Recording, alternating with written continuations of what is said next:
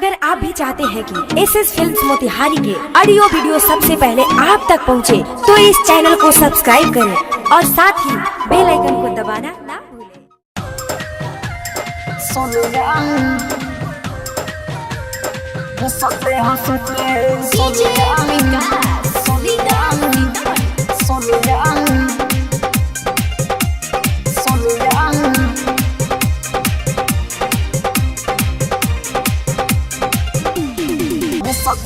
हिले दिया हम सोनिया हंसते हंसते हंसते हंसते हिले दिया हम सोनिया हंसते हंसते हंसते हंसते हिले दिया हम सोनिया हंसते हंसते हंसते हंसते जब हमसे अकेला में मिले खाली अपने बात के ढीले तारा बीगे रसते रसते बगल हिले बिया हम सोनिया हंसते हंसते मिक्स बाय एजी रिकॉर्डिंग हंसते हंसते हंसते हंसते सोनिया हंसते हंसते सोनिया सोनिया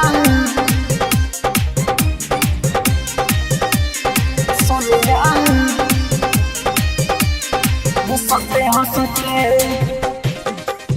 सोनिया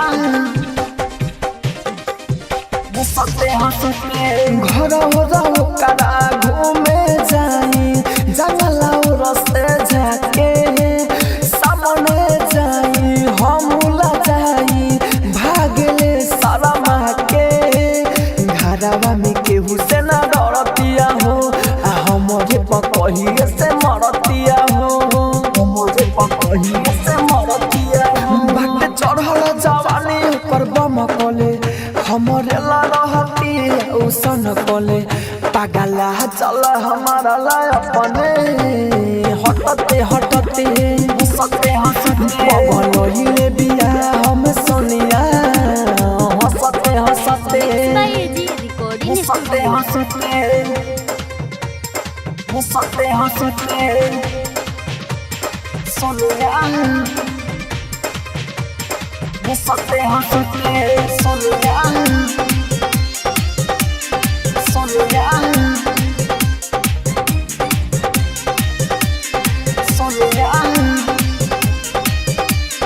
हंसते हंसते सोनिया हंसते हंसते डीजे दिल पसुन सायरवा कहे बात सही ना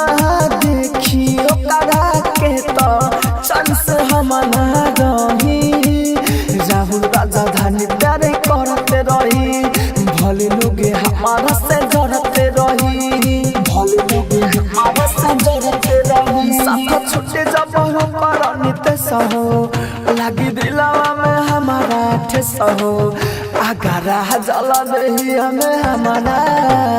सटते सटते हंसते हंसते बगल हिले बिया हम सोनिया